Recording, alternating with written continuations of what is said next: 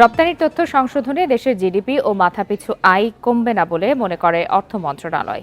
এক ব্যাখ্যায় মন্ত্রণালয় জানিয়েছে, সংশোধনের ফলে এখন থেকে বাংলাদেশ ব্যাংক, জাতীয় রাজস্ব বোর্ড ও রপ্তানি উন্নয়ন ব্যুরোর প্রকাশিত রপ্তানি তথ্যে উল্লেখযোগ্য পার্থক্য থাকবে না। অর্থ মন্ত্রণালয়ের জনসংযোগ বিভাগ থেকে পাঠানো এক ব্যাখ্যায় বলা হয়েছে, রপ্তানির বিপরীতে যে পরিমাণ বৈদেশিক মুদ্রা দেশে আসে, বাংলাদেশ ব্যাংক শুধু সেই পরিমাণ অর্থ দেশের রপ্তানির পরিমাণ হিসাবে প্রকাশ করে থাকে। জিডিপি হিসাব করার সময় পরিসংখ্যান ব্যুরো এই হিসাবকেই বিবেচনায় নেয়। এখন জন্ম সনদ দিয়ে খোলো বিকাশ স্টুডেন্ট অ্যাকাউন্ট। নিজের বিকাশ নিজে কর। ব্যাখ্যায় আরও বলা হয়, সম্প্রতি পত্রপত্রিকায় রপ্তানি কমে যাওয়া এবং এর ফলে জিডিপি ও মাথাপিছু আয় কমে যাওয়ার যেই আশঙ্কা করা হয়েছে তা সঠিক নয়।